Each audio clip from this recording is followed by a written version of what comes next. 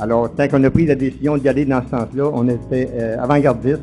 Alors, on voit aujourd'hui qu'on était dans la bonne direction. Et ça, c'est très intéressant pour l'organisation. 3 nouveaux sites d'Agri-Réseau ont vu le jour. On est rendu à 1000 membres qui utilisent le bureau virtuel, donc c'est quand même assez phénoménal comme croissance. Et juste pour un chiffre impressionnant, là, 335 000 visites en 2013-2014, donc c'est un bel achalandage. On parle souvent des TI, mais il faut comprendre que les TI, pour nous, ce n'est pas une fin en soi, c'est plus des moyens pour optimiser la diffusion. Au CRAAC, nous nous sommes donné des objectifs ambitieux, visant à rejoindre davantage de gens. Les faits saillants de l'année au CRAAC. Extrait de l'Assemblée générale du 29 octobre 2014. Alors, à chaque année, c'est tout le temps un privilège qui fait en sorte que je puisse m'adresser à l'ensemble des membres du CRAAC. Puis ce matin, l'opportunité est belle parce que la salle ici est pleine et c'est vraiment intéressant. Et en même temps, mais s'ajoute des personnes sur le web qui est vraiment une nouveauté pour nous autres et qui décrit bien la situation du CRAAC d'être tout le temps à l'avant-garde. Alors, au cœur de la valorisation des actions des intervenants et des organisations pour le développement et la diffusion des connaissances au profit du secteur agricole et agroalimentaire, les très nombreux projets et initiatives réalisés ou amorcés au cours de l'année qui vient de s'écouler en témoignent. Vous serez à même de constater que la mobilisation des membres du CRAAC et de ses collaborateurs et de sa permanence, la portée de ses produits et services, l'efficacité dans ses façons de faire, l'organisation de ses moyens de diffusion, sans oublier le rayonnement de l'organisation, ont encore cette année monté d'un cran. Le renouvellement de la convention entre le CRAAC et le MAPAC est resté d'actualité. Alors même si là-dessus, on s'attendait à un renouvellement d'entente sur une période plus longue, on a compris l'orientation et l'intention du ministère de faire une analyse en profondeur. Donc, c'est pour ça qu'on n'a pas réussi à avoir une entente sur plus long terme, même si on était conscient que ça vient un petit peu créer un sentiment d'insécurité dans l'organisation, mais tout de même, je pense que les gens du ministère ont été très réconfortants à ce niveau-là. Ce n'est pas le message qu'ils voulaient laisser à l'organisation, mais bien le souci de faire une analyse en profondeur de toutes les interventions qu'ils font. Le modèle de concertation que le CRAAC a fait ses preuves et pour ne pas dédoubler le travail, on se doit de favoriser le partenariat d'affaires.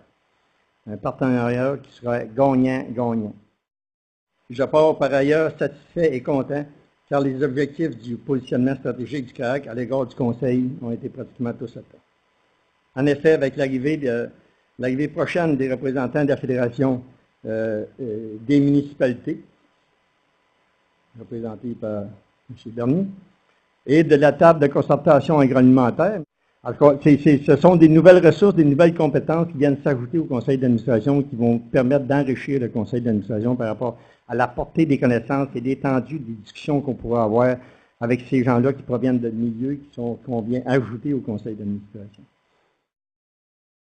Travailler également au développement du tableau de bord et des indicateurs de l'état d'avancement des projets de TI. C'était très, très bien réussi en passant parce que s'il y a une chose stressante pour un conseil d'administration, c'est l'évolution des travaux dans le secteur des technologies de l'information. Or, on nous a produit un indicateur qui donne beaucoup de confort au conseil d'administration. Mes premiers mots vont aller pour les membres experts. Parce que je vous dirais que année après année, de se renouveler dans la réalisation de projets structurants pour le secteur, je vous dirais que c'est tout un tour de force. Et il y a des comités, évidemment, des commissions qui sont très audacieux et audacieuses dans leurs projets. C'est jamais facile de faire des mises à pied, donc on a aboli un poste et il y a 3 postes qu'on n'a pas renouvelés compte tenu du contexte. Par contre, bonne nouvelle, l'équipe de gestion a été complétée cette année. Monsieur le Président parlait tout à l'heure du plan de relève qu'il souhaitait, qui était attendu depuis quelques années. Donc, en la présence de Jean-François Saint-Cyr, qui fera un bout de ma présentation tout à l'heure. Alors, le voici à l'écran pour les gens de la web diffusion. Alors, c'est à gauche de votre écran. Donc, c'est Jean-François qui agit comme directeur général adjoint. Le CRAC a travaillé sur à peu près 80 projets de front. Donc, 19 nouvelles publications, 69 nouveaux feuillets économiques ou mis à jour, 16 événements incluant 2 journées de formation et l'entretien d'une vingtaine de sites web. À ça, c'est rajouté une quinzaine de mandats en diffusion, dont des vidéos, dont des nouveaux sites Internet ou des nouvelles applications que nous avons développées. Et sans parler nécessairement des projets corporatifs, là, on a toujours quelques projets corporatifs. 3 nouveaux sites d'agri-réseau ont vu le jour. On est rendu à 1000 membres qui utilisent le bureau virtuel, donc c'est quand même assez phénoménal comme croissance. Près de 3000 abonnés à nos médias sociaux, 5800 publications et 735 feuillets économiques vendus. Donc ça a représenté des hausses de 16 et de 19 %. Cette année, ça a été un chiffre d'affaires de 3,3 millions. On a eu un déficit de 11 595. Alors ça, c'est 0,3 de 1% sur l'ensemble du chiffre d'affaires. Donc, on peut quasiment dire que c'est presque négligeable. Et sans compter que le déficit est causé aussi par un investissement à partir de nos fonds propres qu'on fait dans différents projets quand on soumissionne ou quand on dépose des projets à travers des programmes, ça nous demande toujours une contribution. Donc, on a fait aussi une contribution là, directement de 67 000 dans différents projets. L'année passée, je suis allée voir dans mes prévisions budgétaires pour cette année, on avait prévu un chiffre d'affaires de 3,3 millions. On avait prévu le renouvellement, l'accès de 2 nouveaux membres au conseil d'administration en provenance de la SQM parce qu'on fait des partenariats avec les régions. Et on avait aussi prévu la mise en place du plan de relève de gestion. Donc, Jean-François est arrivé, de même que le poste stratégique au niveau du coordonnateur du développement des affaires. Donc, en fait, ce qu'on avait dit l'année passée, ça a tout été réalisé. On n'est pas surpris de ça et on s'est très bien préparé. On s'est préparé, en fait, avec le conseil d'administration, issu du positionnement stratégique. On avait travaillé sur un plan de développement des affaires. Alors, il est en cours. Notre offre de service, elle est prête. Alors, plusieurs organisations, je vais vous rencontrer puis pour avoir le plaisir de vous présenter notre offre de service. Donc, on est prêt à développer, à mettre en place notre plan de développement des affaires. On a innové dans le développement de nouveaux moyens de diffusion par nos vidéos, nos webinaires, nos formations à distance. De même que la migration de nos différentes plateformes de diffusion avance bien. Ça, Jean-François va venir parler de cet élément-là tout à l'heure. Donc, tout ça, ça faisait partie de notre planification. Donc, ça avance très bien. On parle souvent des TI, mais il faut comprendre que les TI, pour nous, ce n'est pas une fin en soi, c'est plus des moyens pour optimiser la diffusion et rendre les contenus, nos contenus, ceux de nos membres, ceux de nos experts et ceux des partenaires, des organisations partenaires avec qui on travaille, pour les rendre plus disponibles, plus accessibles un peu à l'ensemble, un peu plus à l'ensemble de la collectivité. Alors, notre budget pour l'année prochaine sera de 3,6 millions. Donc, déjà, là, on a travaillé avec, on a multiplié nos partenariats, on a travaillé avec des nouveaux créneaux d'activité. On a une excellente structure de gestion. On a un système de gestion intégré qui est là depuis un bout de temps, puis une structure financière adéquate. J'ai le plaisir d'annoncer qu'un comité MAPAC-CRAAC a été formé. Alors, déjà, des rencontres sont prévues dans les prochaines semaines avec les directions du MAPAC, au central, avec les directions, pas générales, mais les directions régionales, dans le but d'identifier des opportunités et optimiser l'utilisation du CRAAC par le ministère. Donc déjà, là, ça a été annoncé. On a des rencontres de prévues novembre, décembre, donc ça va tout à fait dans l'esprit du mandat que mes administrateurs nous ont confié. Mon dernier mot, en fait, mes remerciements vont aller aux administrateurs parce que moi, je me sens complètement privilégiée de vous côtoyer sur une base régulière. Puis, Denis, qu'est-ce que tu veux, ça a été un vrai plaisir. Un de ses rôles principaux, c'est évidemment celui de réseauteur. Donc, on le voit aujourd'hui, c'est de rassembler des gens de toutes sortes d'organisations pour les amener à travailler ensemble. Un de nos outils privilégiés, c'est l'animation, la concertation au niveau de nos comités et les commissions. Donc, on a 36 de ces comités-là et commissions.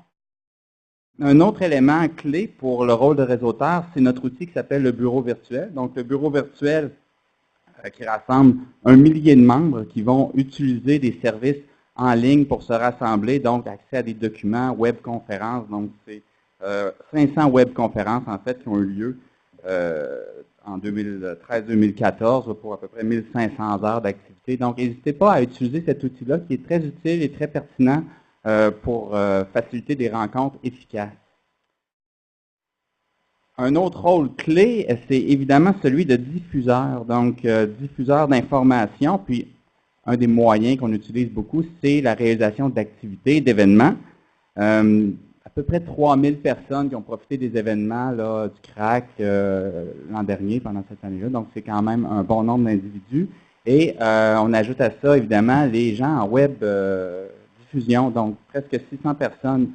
Et la web diffusion est quelque chose qui est en augmentation, donc c'est intéressant d'y travailler. Au niveau de la web diffusion, vous allez remarquer cette année un bon changement au niveau de l'expérience de l'utilisateur.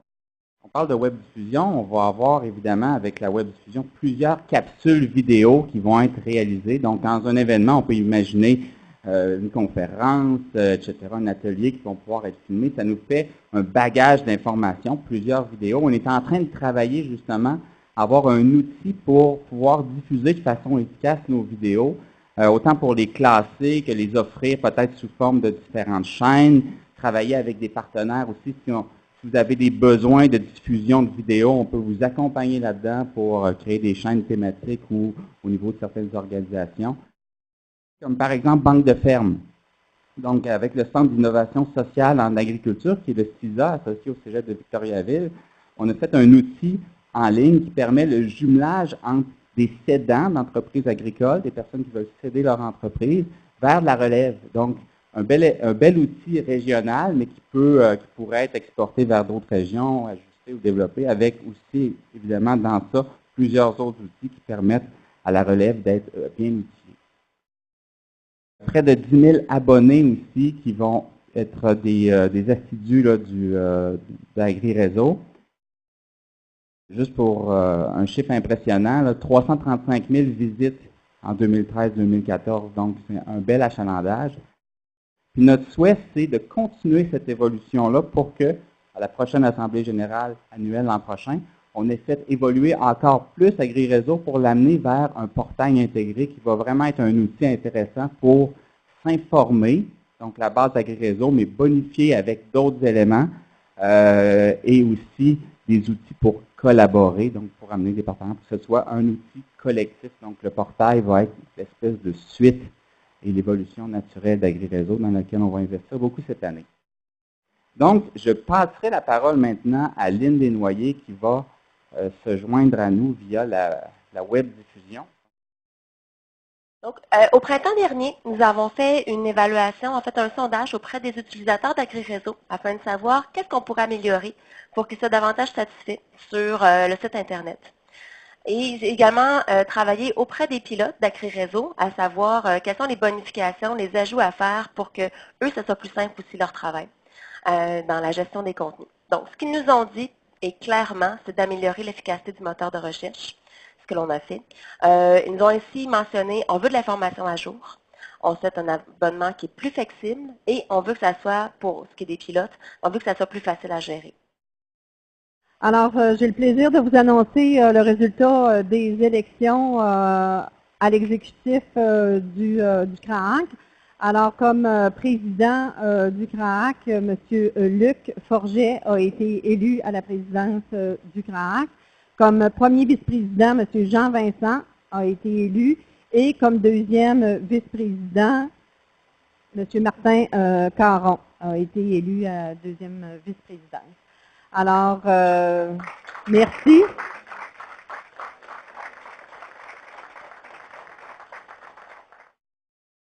Alors, on va demander à notre nouveau président de nous adresser la parole. Merci de votre silence et de votre écoute.